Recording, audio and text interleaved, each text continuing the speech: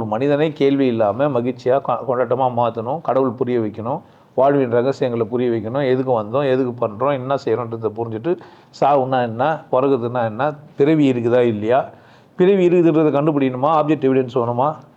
நான் ஒரு இடத்துல தோற்று போய் தான் இருக்கிறேன் இன்ன வரைக்கும்.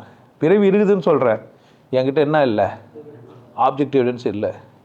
மேபி இன்னும் 3-4 மாதத்தில் கிடைக்கலாம், கிடைக்காமையும் போகலாம், எனக்கு தெரியாது. நான் தேடுறேன். இன்கேஸ் எடுத்துன்னு வந்துட்டேன் அப்படின்னா நான் சொல்லி வைக்கிறேன். நீல கலர் வாட்ச் கட்டியிருந்தேன், எஸ்ல என் பேர் ஆரம்பிச்சது, எரிஞ்ச பக்கத்துக்கான தழும்பு இப்போ இருக்குது, ஒரு மலைப்பிரதேசம், அந்த ஸ்டீல் வாட்ச் எரிஞ்சாலும் ஒன்றும் ஆகாது, ஆனால் அந்த ஸ்டாப்பு கிடைக்கலாம். என்னுடைய ஃபோட்டோ வந்து இப்படி இருக்கும், என்னுடைய உருவம் இப்படி இருக்கும்.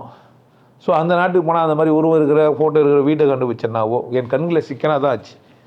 அந்த மலை பிரதேசமோ பார்த்துட்டேன்னா ஊரோ பேரோ அந்த மொழியோ கூட எனக்கு தெரில, ஆனால் இதெல்லாம் எனக்கு ஞாபகத்தில் இருக்குது. நான் சொல்கிறேன் இந்த விஷயத்தை நான் அப்புறமா கண்டுபிடிச்சி எடுத்து வந்து கொடுத்தேன்னா ஆப்ஜெக்ட் எவிடன்ஸ் தான். ஆனால் ஆப்ஜெக்ட் எவிடன்ஸாக இன்னொருத்தர் சொன்னதெல்லாம் இருக்குது. காந்தி ஆசிரமத்துலேருந்தே போய் பார்த்துக்கிறாங்க, 8 வயசு சிறுமி ஒருத்தி குஜராத்லேருந்து போய் நான் இந்த ஜென்மத்தில் இப்படி வாழ்ந்தேன்லாம் சொல்லி நிரூபிச்சிருக்கிறாங்க. எங்கேயோ அங்கே ஒன்று இங்கே ஒன்றுமா தான் இருக்குது.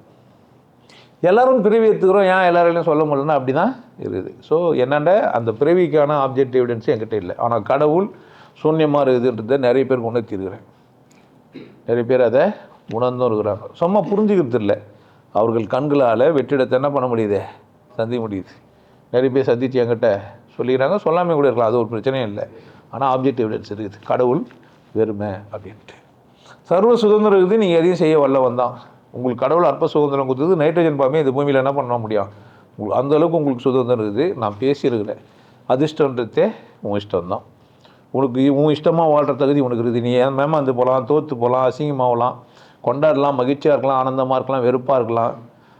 எல்லா உரிமையும் யாருக்கு இருக்குது, அது உன் செயல்களால் ஏற்படுற விளைவு, செயல் அதனால் ஏற்படுற இதெல்லாம் நான் தெளிவாக உங்களுக்கு புரிய வச்சுக்கிறேன். நான் போட்டே வச்சுக்கிறேன் நான் ஒரு குருன்ட்டு. எதனாலன்னா இதனால் இப்போ உங்களுக்கு குருன்னா யாரும் புரிஞ்சிட்ருக்கோம்.